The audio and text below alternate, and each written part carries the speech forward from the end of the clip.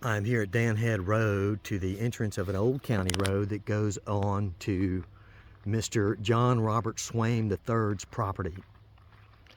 This road is an old county road, and this road has been improved by other landowners that need to use this road to access their landlocked properties. As you can see, over to my right here, this is Mr. Swaim's property, but just about where that tree line is back there, that's Mr. Swift's property. He's landlocked.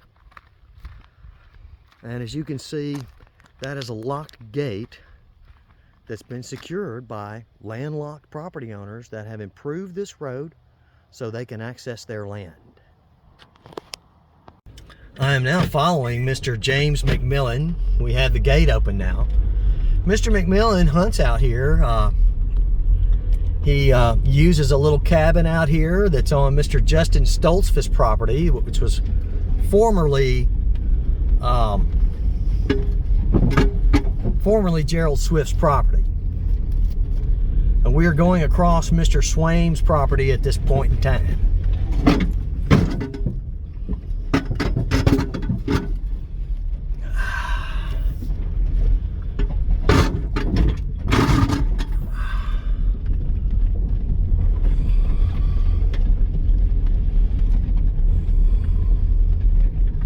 This road has been improved by Mr. Don Glacier, who is a landlocked property owner.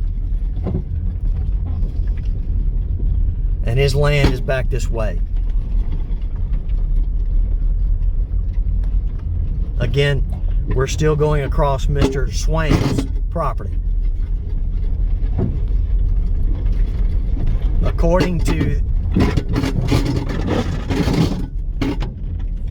the information that I have,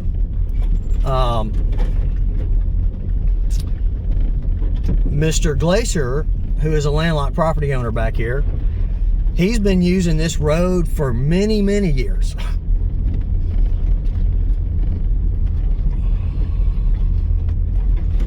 This was formerly a county road.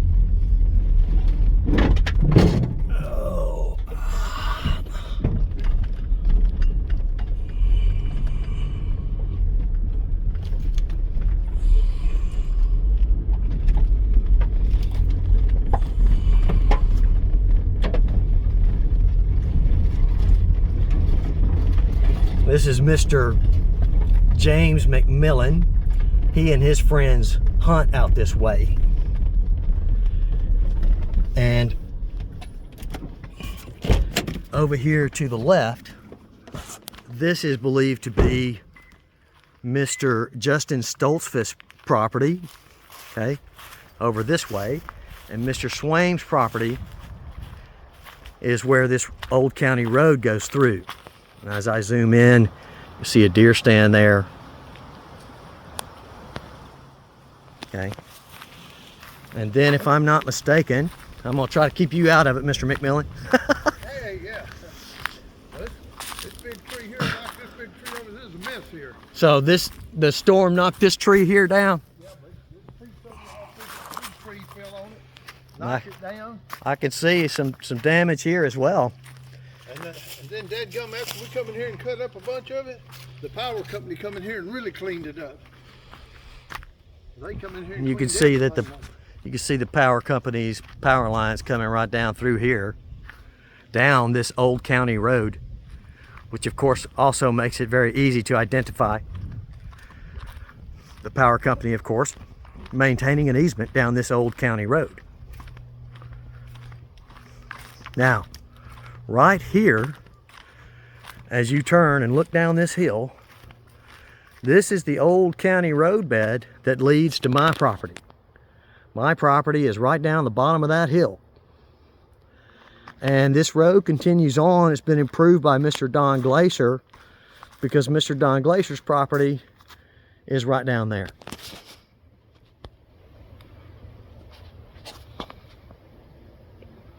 Okay.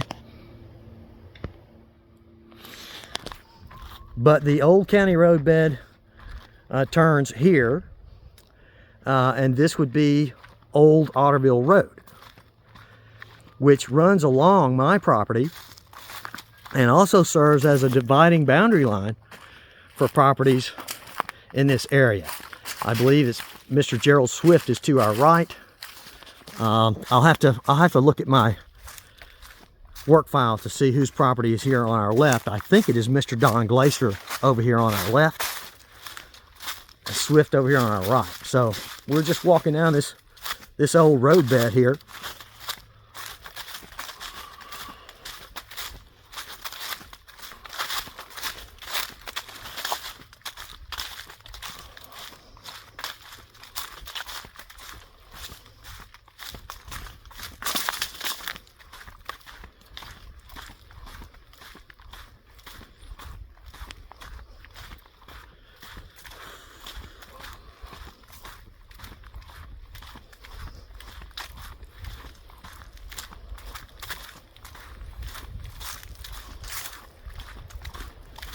Again, I think what we have is Mr. Gerald Swift on the right and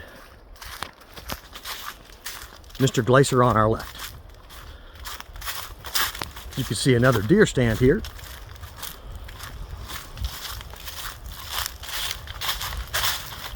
Mr. McMillan, whom I just spoke to back there, he doesn't live out here. He doesn't own any land out here. He's just been allowed to hunt out here. And no one has told him that he couldn't. That little cabin out there was on the property where he stays at when he comes to hunt. Well, he's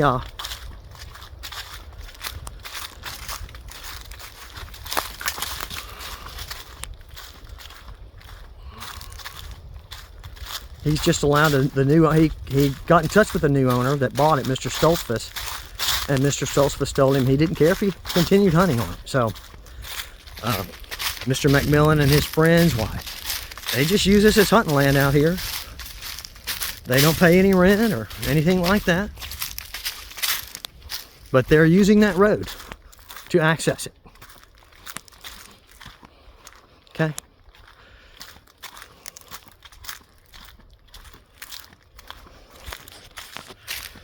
Now at this point, I don't know if I'm staying on the roadbed or if that roadbed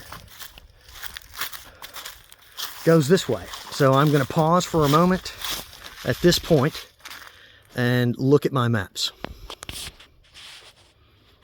Okay, so we're back up and running now, and it's the path straight ahead and to the right a little bit is what Google Maps shows where this old roadbed is. So again, we are just following this old roadbed here, which crosses in between Mr. Glacier and Mr. Swift, neither of whom have any objection to my having use of this roadbed to access my land. Only Mr. John Richard Swain III objects to me being able to access my land through here. As you can see, this road gets a little more treacherous the further we get into the creek bed.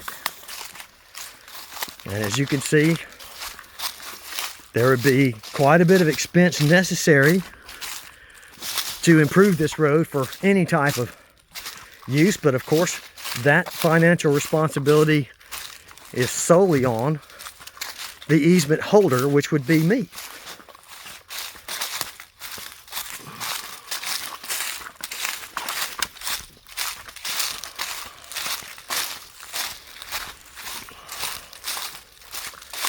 As you can see, we're just following basically the washout, which is the biggest difficulty of maintaining an all-weather road from this side. However, this is absolutely essential in order to log the farm. Some improvements will have to be made along this roadbed in order to log the timber out, and you can see that in and of itself will be a tremendous logistical challenge. This roadbed has essentially become a creek.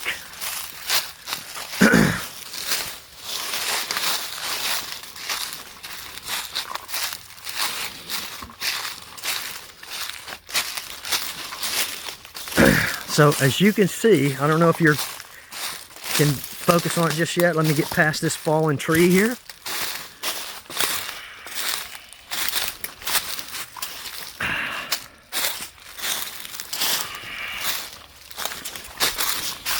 All right, and that survey flag right there marks my property line. Okay, so just a couple of minutes walk. So much closer. And then of course what happens here is that this roadbed goes down into a creek and it is washed out there completely. But this is my property. My property line is right here, and my property line goes up this way. You can see these other flags here. And my property line goes out through there. Okay?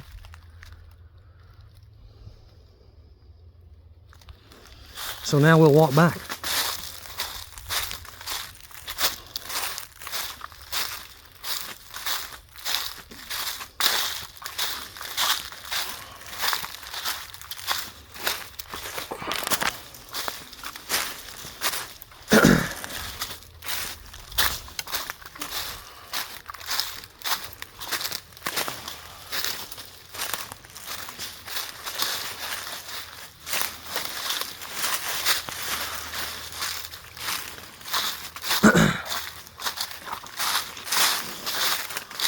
Now again, I just want to say that I have spoken to the other property owners and they welcome me out here.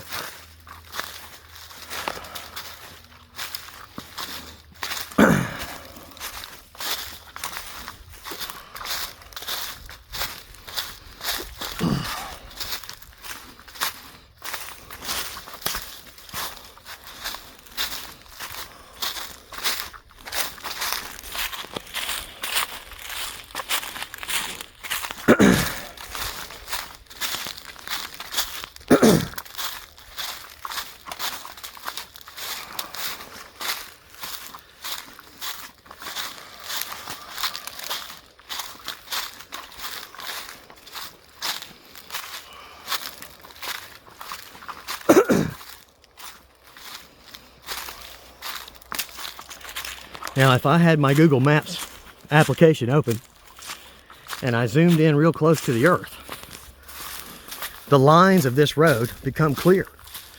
And you can literally, through the GPS function, walk yourself right down this road, which is easily identifiable and is in Google Maps because it was originally developed with public money.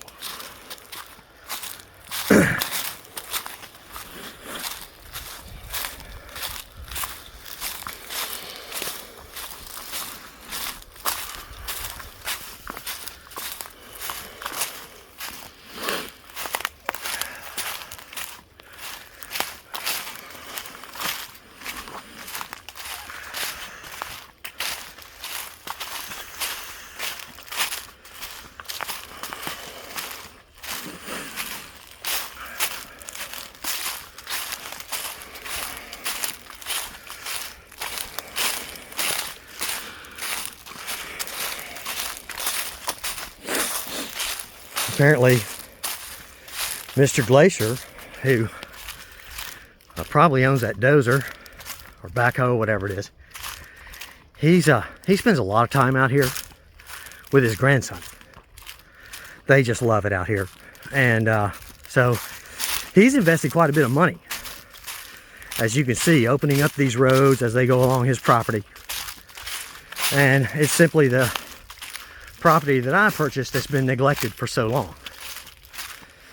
And I purchased it for my family, hoping that we could come out and enjoy nature.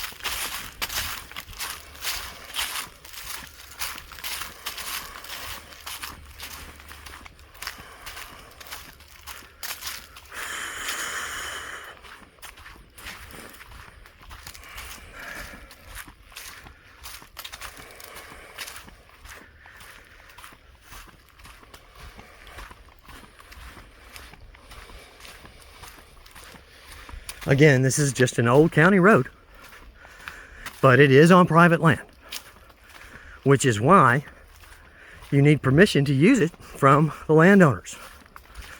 And that is what this case is about. It is about me going to my neighbors officially, legally, properly, and requesting written, legitimate permissions, not gentlemen verbal agreements and handshakes.